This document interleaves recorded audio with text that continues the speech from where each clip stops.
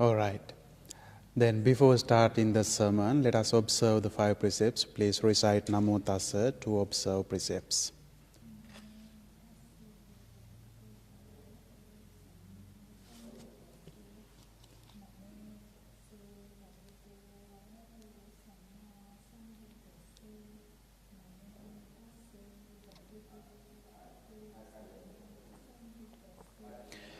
Buddhaṃ saraṇaṃ gacchāmi Dhammaṃ saraṇaṃ gacchāmi Saṅghāṃ saraṇaṃ gacchāmi Dutiyampi buddhaṃ saraṇaṃ gacchāmi Dutiyampi dhammaṃ saraṇaṃ gacchāmi Dutiyampi saṅghāṃ saraṇaṃ gacchāmi Tatiyampi buddhaṃ saraṇaṃ gacchāmi Tatiyampi dhammaṃ saraṇaṃ gacchāmi Tatiyampi saṅghāṃ saraṇaṃ gacchāmi Saranāgamanaṃ sampunnaṃ Pānātipātā veramani sikkhappadaṃ samādhiyāmi Adinādānā veramani sikkhappadaṃ samādhiyāmi Kāmesu miccācārā veramani sikkhappadaṃ samādhiyāmi Musāvādā veramani sikkhappadaṃ samādhiyāmi Suramera majjapama dattana veramani sikkhappadaṃ samādhiyāmi Tisaranena saddhiṃ pañcasīlaṃ dhammaṃ sādhukaṃ surakkitaṃ katvā appamādena sampādē tabbhaṃ Namo tassa bhagavato arahato sammā sambuddhassa Namo tassa bhagavato arahato sammā sambuddhassa Namo tassa bhagavato arahato sammā sambuddhassa Homage to the Buddha, the Blessed One, the Worthy One, the perfectly enlightened One. Dear faithful devotees, dear pious children, today also you are going to listen to a sermon and learn some important teachings of the Buddha, learn some good qualities that we should develop, we should have in our life along with the spiritual path and also secular life in order to have a balanced, successful life. Before listening to a sermon, we should be aware of 3 qualities that we should pay attention on when we listen to sermons. The first one is we should listen properly, paying attention, having respectful thoughts towards the Dhamma and also towards the preacher. This is very important when you listen to a sermon, listening carefully, listening attentively. That is known as sunata. That means you should listen correctly and perfectly. Then the second one is you should bear in mind, you should remember, you should try to remember the sermons, the the teachings of the Buddha, when we listen to a sermon, that is also very important. Just listening is not enough. Mere listening is not enough. We should try to remember the things we listen. So this quality is also should be there when we listen to sermon. That is known as dhareta. We should bear in our heart. We should bear in our mind. We should remember the Dhamma. That is the second thing that we should pay attention on. Then the third one, charata dhamme, that means the things that we learn by listening to a sermon, we should live accordingly. That is very important. Listening to a sermon is not just enough, and remembering the teaching is also not just enough. We should apply them into our everyday life. We should live according to the teachings of the Buddha. We listen and remember. These three things are very important. Then only we can have a successful life according to the teachings of the Buddha. Sometimes what people do is people just they participate in sermons so many times, for so many sermons. But after the sermon is over, the teachings that they listen is also over. They cannot remember anything.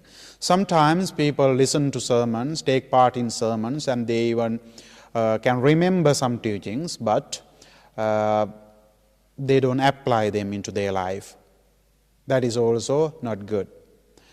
Just like when we see a doctor and take some medicine for a sickness, we should take the medicine according to the prescriptions. Otherwise, we won't be recovered from the sickness. In the same way, when we listen to the teachings of the Buddha, we should remember them. We should listen carefully, then we should remember them. Then we should try our best to apply them into our everyday life. That is how we can be successful in the path of the Buddha's teachings.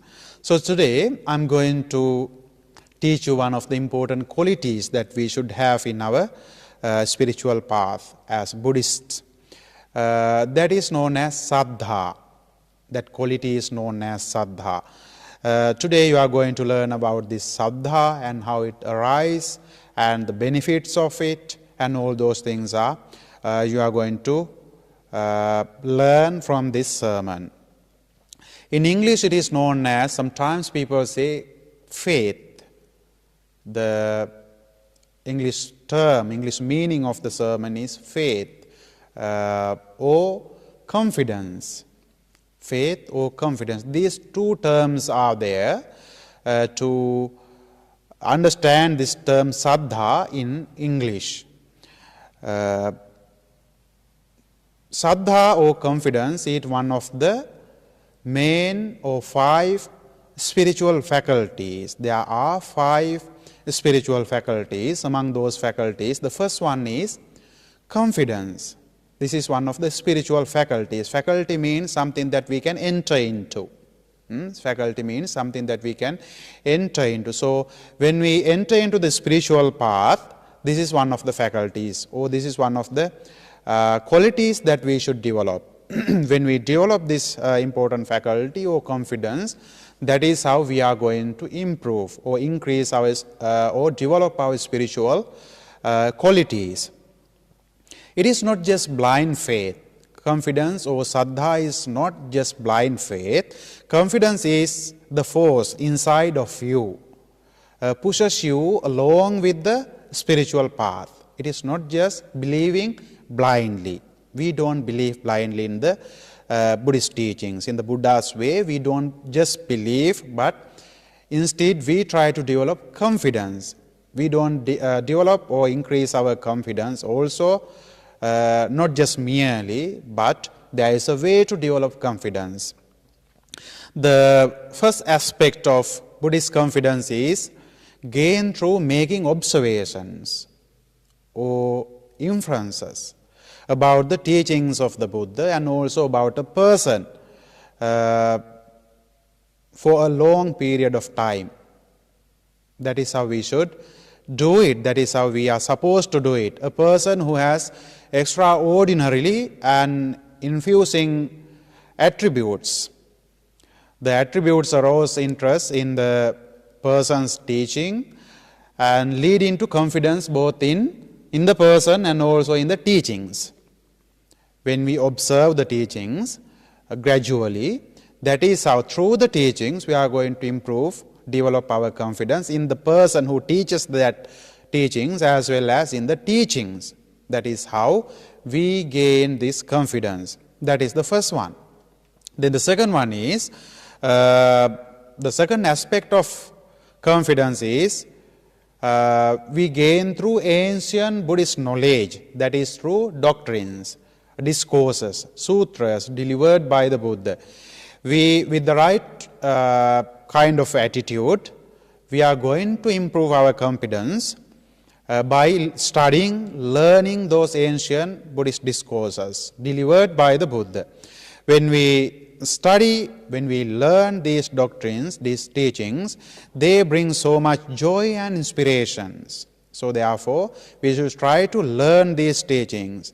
These feelings are instrumental to developing mindfulness and deep meditation. When we study these teachings, they help to develop our meditation and also our understanding, our mindfulness in the path.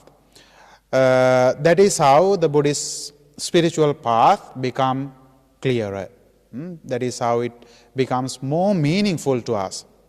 We can understand how this confidence arises in a person from a story happened in the time of the Buddha. There was a person during the time of the Buddha known as Rattapala. His name is Rattapala. Later, he was given this title as the foremost among those who have the most confidence in the Buddha. Rattapala, later he became a monk, and this title was given to him as the foremost among those who have confidence in the Buddha. He was a young man and he was married, and he came from a wealthy family. He had actually his parents had so much wealth, almost everything. He had almost everything, and he had a luxurious life. He had a luxurious life. One day he was living an ordinary life. Then in his village, this news spread in the village.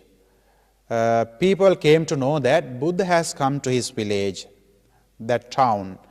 Then when the Buddha comes to a village or a town, then his reputation, good name spreads all around. He had a reputation at the time. So people, when somebody reputed come to a village, then people are willing to go there and see the Buddha, meet the Buddha and learn something from the Buddha. That is how people did in the past. Even nowadays, when somebody is famous come to our area, then we are willing to go there and see the person or learn something or something like that. In that time also, the Buddha was so famous and popular among the people. Then when people got to know that Buddha is coming to their village, then they try to go to meet the Buddha and learn something from him. So this news came to the village and people got to know that this great man, namely the Gautama, the Buddha, has come to their village. So it is the right thing to do, to go to the Buddha and learn something from him. So that is what people did. So in this village, these people also came together and they wanted to go to see the Buddha. So they went to see the Buddha. Then this news came to Rattapala also. He also wanted to go to see the Buddha and learn something from him. So together with those people, Rattapala went there and they met the Buddha, and Buddha gave a sermon. Usually that is how it happens. When people come to see the Buddha, then Buddha delivers a sermon. He gives some teachings of him. Then at that time also, Buddha gave some teachings. After the sermon is over, people usually go back to their homes, go back to their village, and they talk about the teaching that they learned from the Buddha. Then this message of the Dhamma spread all around in the village. Then people try to live according to that teachings learned from the Buddha. That is how the teaching was spread all around.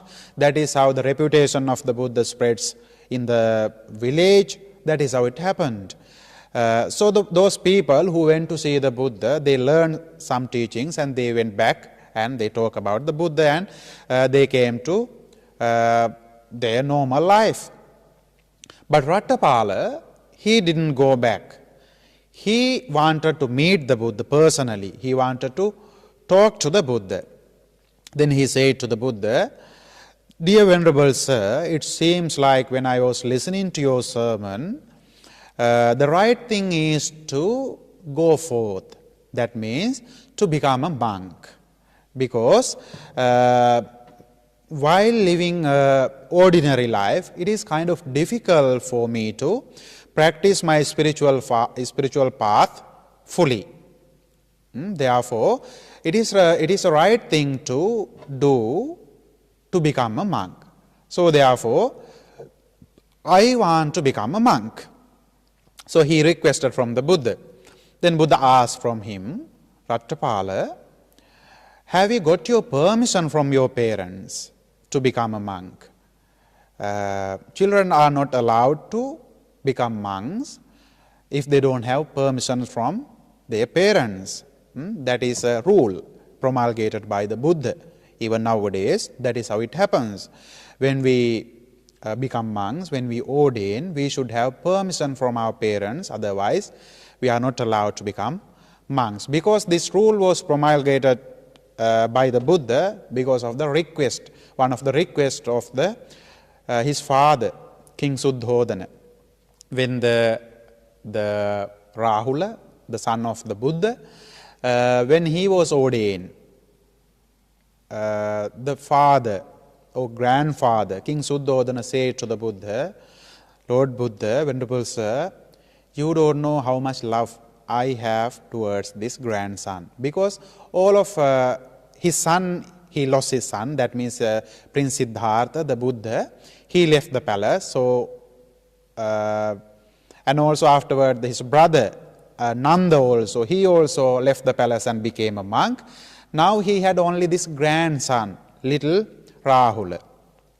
He also was ordained by the Buddha. So it was so painful for the father. So he requested from the Buddha, if you are going to ordain children again, you should ask permission from the parents. So Buddha accepted this request, and from that day onwards, he promulgated a rule, and children should have permission from their parents when they are going to become monks. So because of that reason, the Buddha asked from Rattapala also, "Have you got your permission from your parents?" Then Rattapala said, "No, I don't have permission from my parents, but I can go and ask permission from my parents." Then Buddha said, "Okay." Then Rattapala went home and asked from his parents, "My dear mother, my dear father, today I went to see the Buddha, I listened to his teachings. Now I am willing to become a monk. I want to go forth. I want to ordain." Then his parents said, "No way. We cannot allow you to go forth. We cannot allow you to become a monk."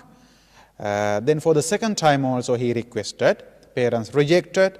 Then for the third time also, Rattapala requested that, "I want to become a monk." But his parents didn't let him go.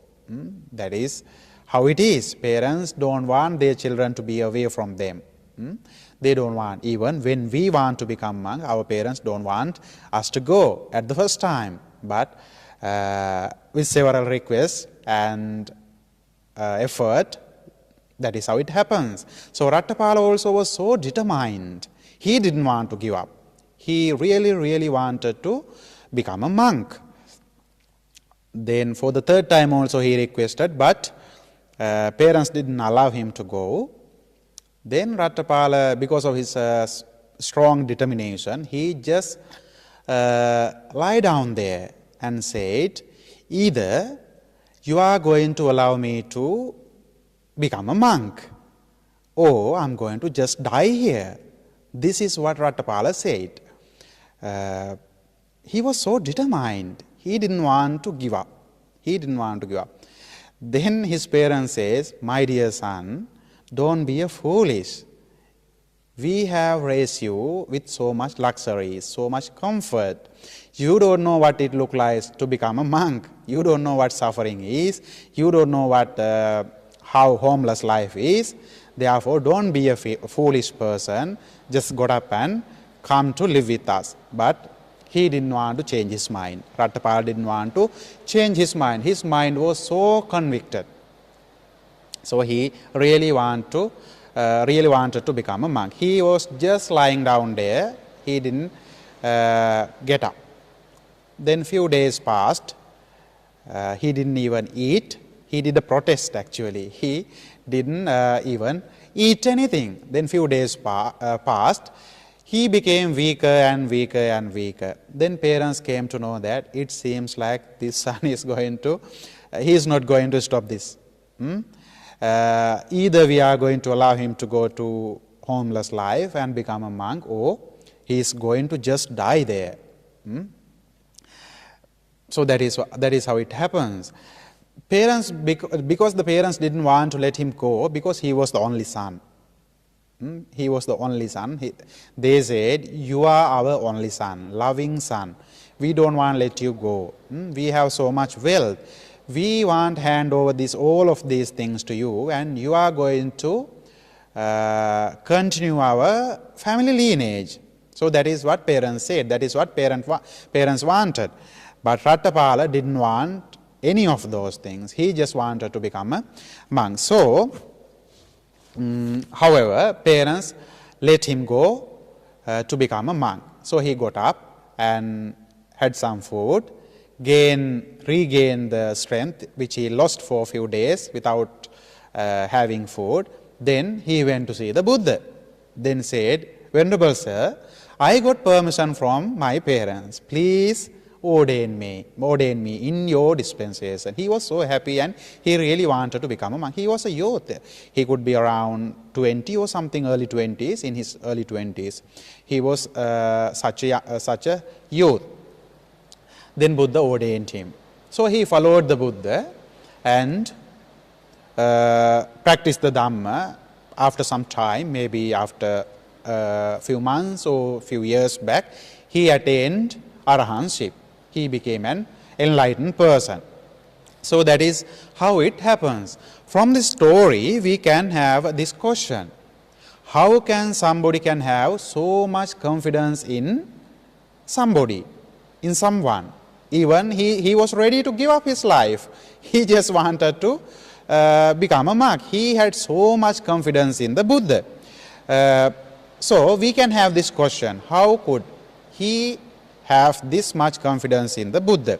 When someone sees a person, enlightened persons like a Buddha or enlightened being, enlightened person, they can see something different in them. They can see something different in them. Sometimes it may not be the Buddha or not be an arahant or even someone profound. Somebody profound and who has attained some deep meditations and that kind of person leaves some trace. That kind of person leaves some trace, and when you see them, you can see something different and valuable in them. You can see something different and valuable in them. So then you can feel it. You can see it. This person is someone so different. He must have something different, something valuable. So Rattapala also felt the same thing. He also felt the same thing. That kind of feeling was there. He is so amazing, so compassionate, and he has the ability to have a simple life, so content, and he has this ability to bear anything thrown by the world. Whatever harsh things thrown at him by the world, he has this ability to bear whatever things. It could be the pleasant ones or even unpleasant things. he can bear these things. His mind is so strong. He has this special ability. When we go to that kind of special people, we can see it in them.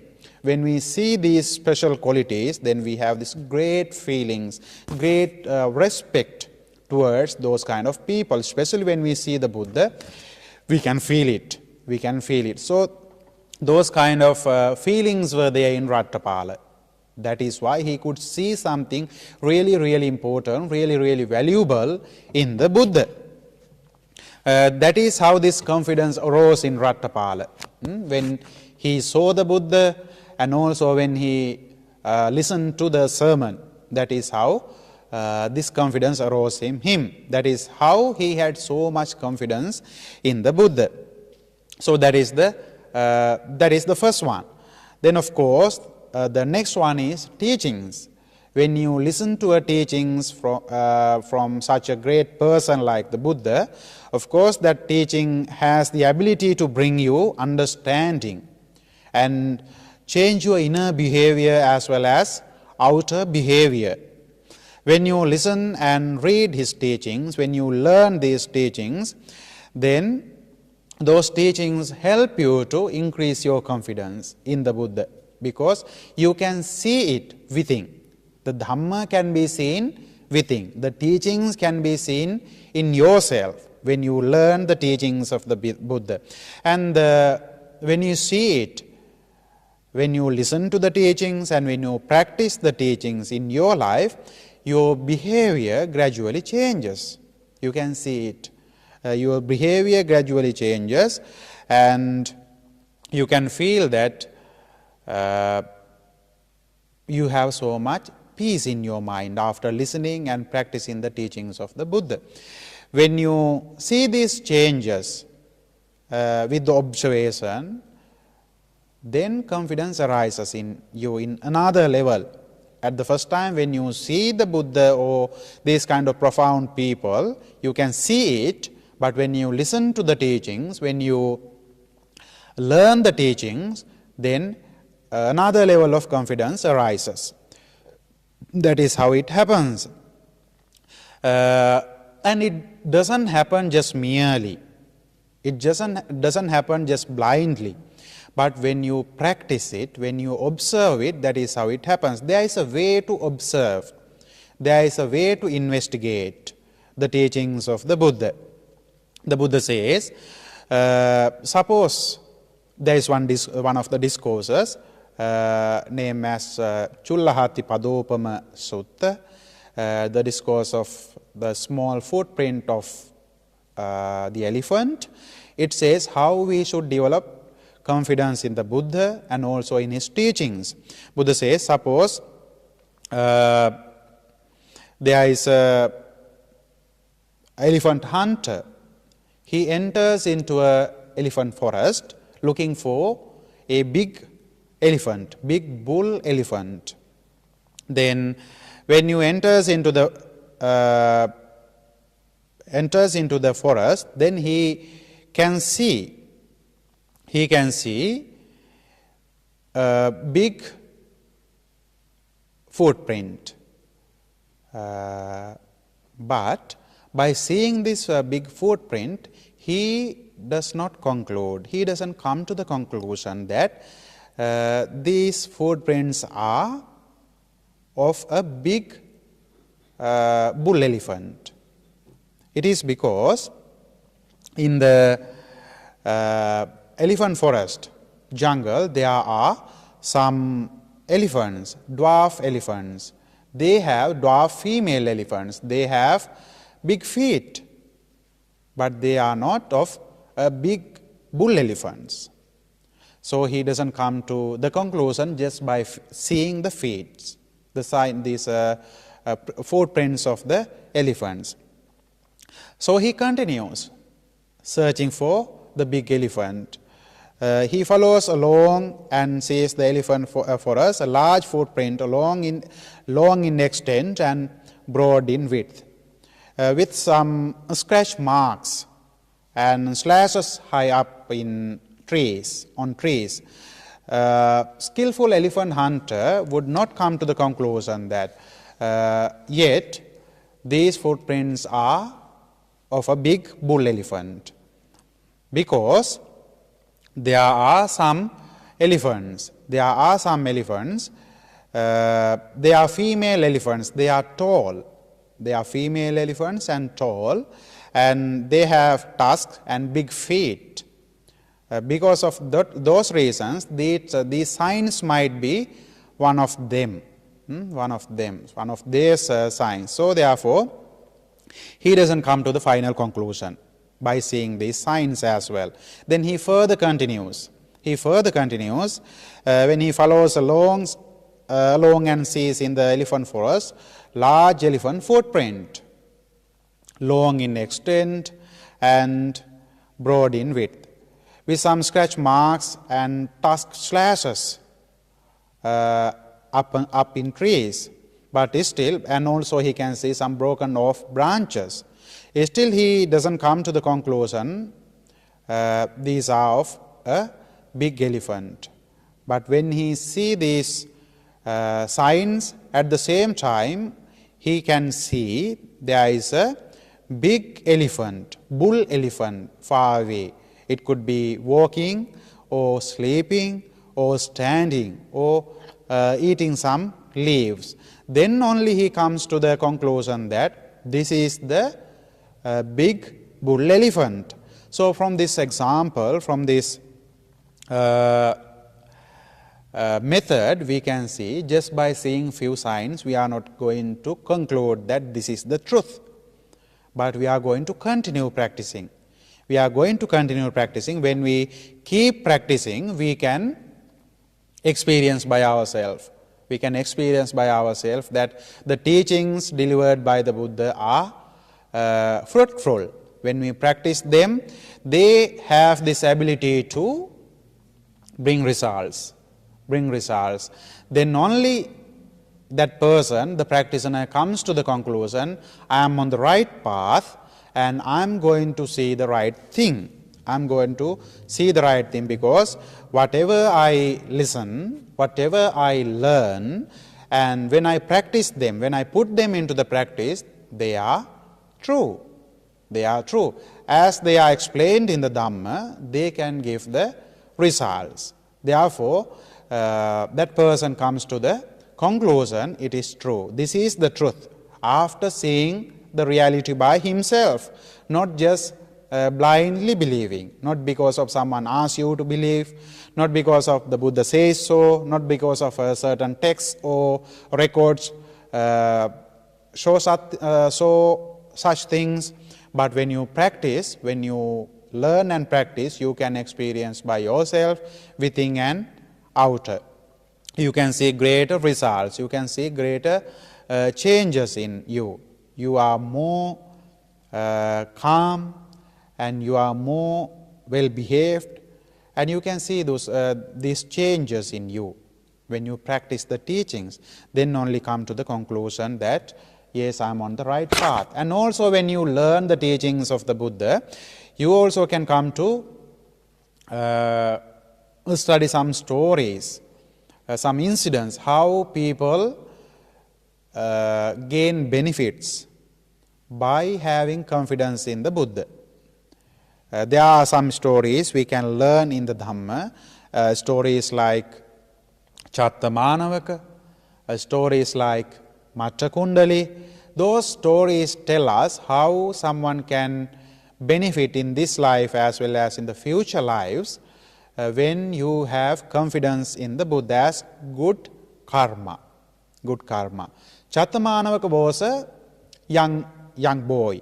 He was studying under a teacher and he studied very well. Then after the studying is over, he has to pay something. So he went back home to get some money to pay for the teacher. Then after getting some money, he was on the way back to the teacher's home. Then this message went to some robbers, thieves in the jungle. They came to know that this person, this young boy, is coming with some money. So they had a plan to rob him, steal this money. So they were waiting on the way. They were hiding in the jungle and waiting on the way. Then Buddha came to know that. This Chattamanavaka, this young man, is going to teacher's house with some money, and there are some robbers on the way to rob him. And he is going to die today. Chattamanavaka is going to die today. There is no way to escape him because one of the karma follows him. Even though he escaped these robbers, there are other situations which he is going to face. Because of that karmic power, he is going to die on that particular day. So Buddha came to meet him. Buddha was on the way also, sitting under a tree. Buddha wanted to help him. Now Buddha knew that he cannot save his life in this life, but he can do something to save his life in the future. So he was on the way sitting, and then Rattapala, this Chattamanavaka came and met the Buddha. Then they had a conversation. Then Buddha asked, "Do you know the triple gem?" From the Rattapala. Before he didn't know that. He was not a Buddhist boy. Before he had not met the Buddha. So Buddha asked this question, "Do you know the triple gem?" Then Rattapala said, "I don't know." Then Buddha introduced the triple gem. Buddha is one of them. Dhamma is another one. The teachings of the Buddha, the Sangha, the ordained followers are the third gem. These are the triple gem. And afterwards the Buddha asked, "Do you know the 5 precepts? 5 training rules?" Then this Chattamanavaka said, "No, I do not know." Then Buddha explained to him the 5 training rules, the morality, the precepts, not killing and not stealing, not committing adultery, not lying, and not being intoxicated. These are the 5 training rules. These are the moral rules of a person. So Buddha explained these things to Chattamanavaka. Then Chattamanavaka was so happy. Yeah, these things are wonderful teachings. So Chattamanavaka wanted to follow them. So he accepted the triple gem and observed the 5 precepts, and he left, reciting some stanzas taught by the Buddha. On the way, there were those robbers, the group of robbers. Then they robbed him and beat him and killed him. But at that time, he was reciting good qualities of the Buddha. His mind was so pleasant with the qualities of the Buddha. He was thinking about the Buddha, Dhamma and Sangha. Because of this pleasantness of the mind, at the time he was dying, he was born as a divine being, namely Chattamanavaka. So later on, he came and appeared in front of the Buddha and told the story what happened. So that is how, when you have confidence in the Buddha, when you learn these great qualities and when you contemplate on them, your mind becomes clean and pure. When your mind is clean and pure, then if you are able to maintain that kind of mentality at the time you are going to die, then next life is going to be a pleasant one. Next life is going to be a safe one, like you are going to be born in divine realm or in the human realm. So this is how these stories teaches us how, when we practice confidence, saddha, when we have so much respect towards the Buddha, Dhamma and Sangha, these kind of benefits are there. We can learn these things through these stories. Then there is another boy, Matta Kundali. He also was such a boy. He was a young boy and he was sick for a reason. But his father was a so greedy, stingy person. He didn't want to spend any money to treat his son, to recover from the sickness. Instead, what he did is, he went to the village, to different people, and asked, if there is this kind of sickness, what should we do in that way? In that way, he asked some clues from the people. People knew that this is a stingy person. He didn't want to, there must be someone sick at his home. He didn't want to bring this person to a doctor, because if he is going to bring that sick person to a doctor, then he has to spend some money. He has to spend some money. Because of this greediness, stinginess, he is going around like this and asking medicine. So people gave various kind of prescriptions. If you do like this, it is better. If you do like that, this is better. So in this way. So he came home and gave those medicine. But the sickness increased. The child did not become cured. Sickness increased and child became weaker and weaker and weaker. So he was almost to die now. The son is almost to die. Now, still this person is so stingy. He is thinking like this. If I keep this son inside my house, my neighbors may come to visit this son, because he is going to die. Even when someone is sick, we are going to visit those people, right? Sometimes.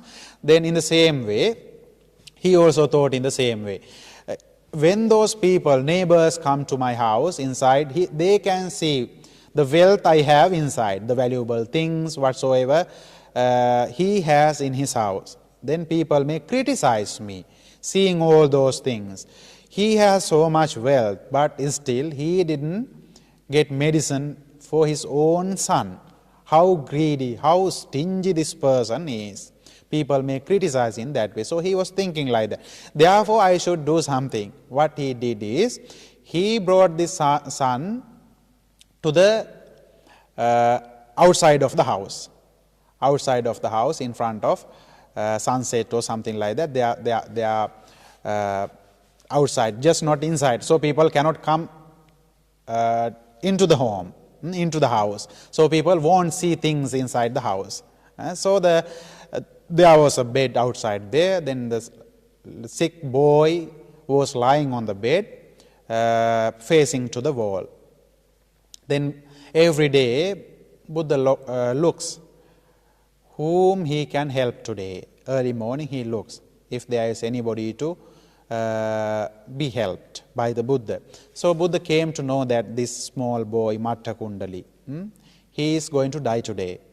He had not done any meritorious deeds, because he cannot do any meritorious deeds. One reason is he is a young boy. Another reason is his father is such a stingy, greedy person.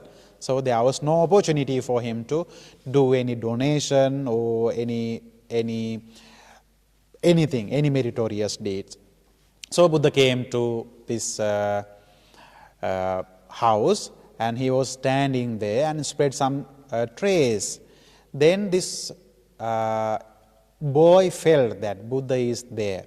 Buddha is there. He, with so much difficulty, turned to the other side, and then he could see the Buddha was standing, so pleasant looking, so kind looking. When he sees the Buddha, his mind became so pleasant with the appearance of the Buddha. He didn't know anything about the Buddha, but just by appearance of the Buddha, he had so much respect towards the Buddha, just by seeing, not by learning any teachings, or not by listening anything, not by practicing anything, but just by seeing the pleasant looking of the Buddha, because Buddha is such a kind person. He spreads loving kindness to everybody. Then others can feel it. Others can feel it. This small boy also felt it. Therefore, he was so pleasant and he had so much respect towards the Buddha. When he was having this pleasant mind, he just said, sadhu, sadhu, sadhu. It is nice thing for me to see such a person. He had that much respect towards the Buddha. At that time, having respectful thoughts in his mind, he just passed away. He just died. Then he was born as a divine being, namely Matta Kundali. Then later he also came and appeared and told the story I am the boy, that boy, then by seeing the Buddha, having pleasant mind towards the Buddha, having respectful thoughts towards the Buddha, at the time I was dying, I was born as a divine being, in the divine being, namely Matta Kundali. So that is how it happens. These stories tell us how they are going to, or how we are going to be safe, when we have so much respect towards profound people like the Buddha or enlightened beings. When we have respect towards, because of their special qualities, because of their special characteristics, that is how it happens. If we look at just evil person, and if we have respect towards that evil person, it is not going to happen in that way. It is going to happen like that because of the great qualities of these enlightened people, enlightened beings. So from these stories, we can learn that how having respect or having confidence, having saddha towards the Buddha is going to be helpful to our this life as well as in the future life. So that is how it happens. So this is another story. When we learn the Dhamma, we can see these kind of things as well. So it also helps to improve our confidence, saddha towards the Buddha. Then when we practice the teachings of the Buddha, then we can experience within ourselves good qualities, more happiness, more calm, and our character becomes different. Our character becomes, we are more kinder. We are kinder and more respect to other people. So we live in like that. When we listen to the teachings of the Buddha, when we practice the Dhamma, the teachings of the Buddha, our character becomes different. Our character becomes a pleasant one. Our character becomes a valuable one. We can see these valuable qualities within oneself. When we see these qualities in oneself, then our confidence increases more and more and more. Then still when we learn, study the teachings of the Buddha, then there are will be some other concepts like rebirth, karma, these kind of concepts also, teachings also will be there. We are going to meet those kind of teachings. We are going to come across them. But sometimes people cannot experience them in this very life. Then they have these questions. Is it true that people are going to be reborn? Is it true that there is such thing as karma? Is it true that if we do good things are going to happen to us? Is it true that if we are going to do bad things are going to follow us? So these kind of questions may come to us when we come across these kind of concepts like rebirth, karma and all those things. But we still practice the teachings of the Buddha, having confidence. Then we come to know that, yes, when we learn the Dharma, then we come to know that Buddha is such a kind person. Buddha is such a valuable person, and he is such a person who has so much morality. When he has so much these kind of good qualities, would he lie to us? Then we come to think like that. Would he lie to us? Would he cheat us, teaching us something false? So because of that kind of great qualities of the Buddha, we still keep practicing, we still believe in the Buddha, we still go on the path. Then gradually we increase our own experiences, then we come to understand all the things are taught in the Dhamma, taught by the Buddha are right things. We can gradually experience these things by our own understanding. With own understanding and experience, then we believe, or they believe, that the Buddha has attained the supreme Nibbana, the Buddhahood. He has purified his mind to the fullest. When he learns the teachings, and when he practices the teachings, and when he experiences the things by himself, all the things are matching, because what is explained in the teaching is matching to what he is experiencing at the time. It is the same as I learn in the Dharma, it is the same as I experience. So it is matching. Therefore, he come to understand that it is true. What the Buddha has taught us is true. Therefore, he come to the conclusion that Buddha is a worthy person, Buddha is a enlightened person, Buddha has really attained Buddhahood. Therefore, he is going to understand that Buddha has attained these great qualities. These great qualities. Those qualities are mentioned in one of the stanzas. What is that stanza? We recite the great qualities of the Buddha. The stanza of Itipiso Bhagava Arahan Samma Sambuddho. In this stanza, these great qualities are summarized of the Buddha into 9.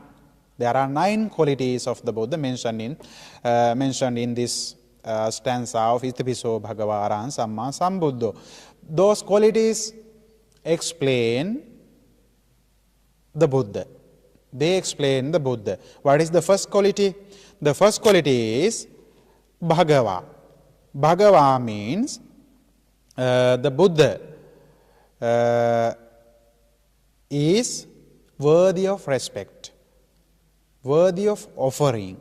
That is the meaning of Bhagava. Worthy of respect and worthy of offerings. Then that is the first quality. Then the second quality is Arahang Samma Sambuddho. Arahang Samma Sambuddho.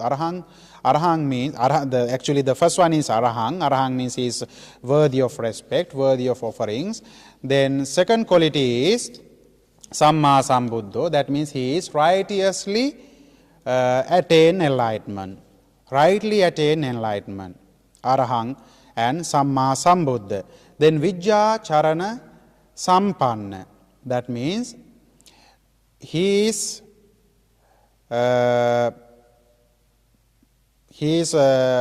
endowed with vision and conduct. Vijja Charana Sampanna means he is endowed with vision and conduct. By attaining the Buddhahood, he has this vision and also conduct. He acts according to his teachings. And also next one is Sugata. That means the one who has gone rightly. The Lokavidu. That means he is the knower of the world. Lokavidu. Then next one is Anuttaro Purisa Dhamma Sarati. That means he is capable of taming the people who cannot be tamed, like difficult people. Sometimes we have learned, we studied or listened to these stories like Gnanawimala, Satchaka, these kind of people, difficult people. Buddha is capable of taming them, the difficult people. So Buddha has this ability also. It is mentioned in this special stanza. Then Satta Deva Manusana. The Buddha is the teacher of gods and men. Buddha is the teacher of gods and men. Satta Deva Manusana. Then Buddho Bhagava. That means the enlightened one and the blessed one. These are the 9 qualities of the Buddha mentioned in this special Gatha, Itipiso Bhagava Arahan Samma Sambuddho. Then we should be able to remember this stanza. As all the Buddhists, we should be able to remember this stanza together with the meaning. If we can remember with the meaning, then it is very good. If we can remember the Gatha, then we can recite it. We can recite the Gatha, we can recite the stanza as a meditation. Meditation upon the qualities of the Buddha. We can practice meditation on various objects. Then this is one of the objects. Practicing on the great qualities of the Buddha. Then we can recite this, we can practice this meditation when we are going to sleep at night time. When we practice this meditation before sleeping, then our mind becomes calm and clean, and it helps us to sleep well. It helps us to sleep well. Then there won't be nightmares actually. When we recite these great qualities of the Buddha, because of the power of the Buddha and these qualities, we won't see any nightmares. If we are afraid or frightened at any times, then we can remember, we can recall these great qualities, we can recite this special stanza, bringing the confidence of the Buddha, bringing the power of the Buddha into our mind. So when we bring these qualities into our mind, Buddha is not outside. Buddha is within, in our heart, in our mind. So then it gives us so much power, so much confidence, fearlessness, so much fearlessness. Then we can face whatever situation when the time comes. Then all these fears and frightening and all those things will disappear because of the power of the Buddha, because of these great qualities. That is why it is very important to understand these great qualities and remember these qualities and recite them and practice them and wish something good. With the power of the Buddha, that is what we are doing. With the power of the Buddha's great qualities, may these good wishes be fulfilled. We can wish like this because Buddha's power is still here. It is still in this universe. We can attract this power when we practice meditation on the great qualities of the Buddha. Therefore, it is really, really important we come to know that these qualities are true, because we have been studying the teachings, then we have been practicing the teachings, then we have come to experience them. We have come to experience them, then we come to know that these things are true. These things are true, therefore we come to fully confidence. When the confidence is fully there, then it won't be shaken by any reason. It won't be faded away by any reasons, any causes, any conditions, because that confidence is so strong. It is not just merely there, it is there with our own experiences, because we have experienced it. When we have experienced something, then it doesn't matter what other people say, because we know those things by ourselves. When we know these things by ourselves, we don't need to believe other people, because we have experienced by ourselves. Just like when we take some medicine for certain sickness, then we become cured. Then we know that those medicines helped us. Then it doesn't matter what other people say. If other people going to say that those medicines are not going to helpful, we are not going to believe it, because we have taken those medicine and we have cured ourselves. We have our own experiences. Then we are not going to be bothered by anyone. Our confidence in the Buddha, in his teachings, and also in his ordained disciples are not going to be shaken by any reasons. That is why when we practice this Dharma, these teachings, with so much confidence, then gradually we increase our good qualities. Then finally, those qualities help us to attain the full liberation, attain the Nibbana in this very life. If we practice it rightly, correctly, in this very life we can attain the liberation, fully enlightenment. We don't have to wait until we die and go somewhere or something like that. It can be experienced in this very life. That is the importance, that is the beauty of Buddha's teachings. We can experience these things in this very life. We don't have to wait until die and go and born in somewhere or something like that. We don't have to do like that. If we practice the Dharma in the right way, with the right effort, then we are going to achieve the results.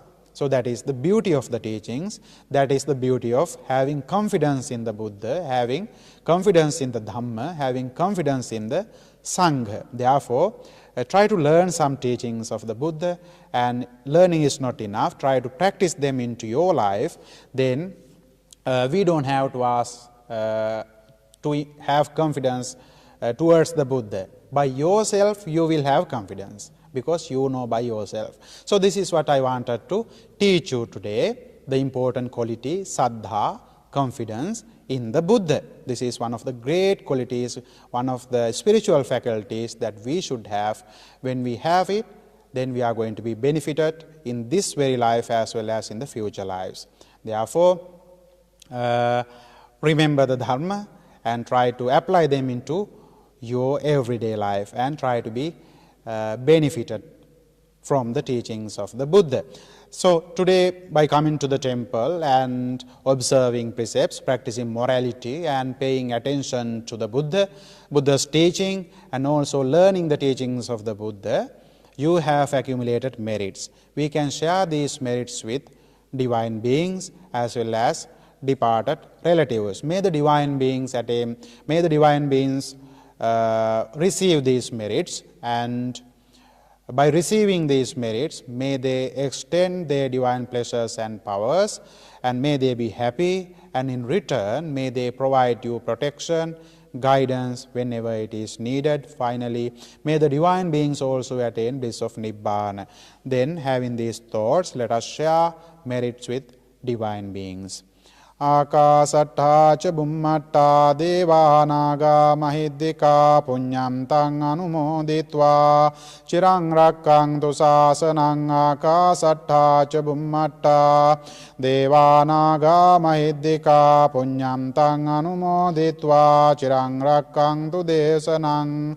Akasattha ca bummatta devānaga mahiddhika puññam taṃ anumoditva cirang rakkantu tvaṃ sada. Let us share these merits with departed relatives. May our departed relatives receive these merits, and may they go their way peacefully and happily. Having these kind thoughts, let us say this gatha to share merits to departed relatives. Idamme ñāti naṃ hotu sukhitā hontu ñātayo. Idamme ñāti naṃ hotu sukhitā hontu ñātayo. Idamme ñāti naṃ hotu sukhitā hontu ñātayo. With the power of these meritorious energies you have accumulated by listening to sermons and by coming to the temple, may you be well and happy. May you be able to experience well-being and happiness. Whatever the difficulties may be faded away by the power of these merits, and may you be able to continue your life peacefully and happily. May you be able to do your work, your jobs peacefully and happily, having healthy life. May your children, the children who are studying, may you be able to do your studies very well and make your life successful in the future, and may all of us attain the bliss of Nibbana in the future. Having these thoughts, let us make an aspiration. Imina punya kammena mame bala samagamo satang samagamo hotu yava nibbana pattiya.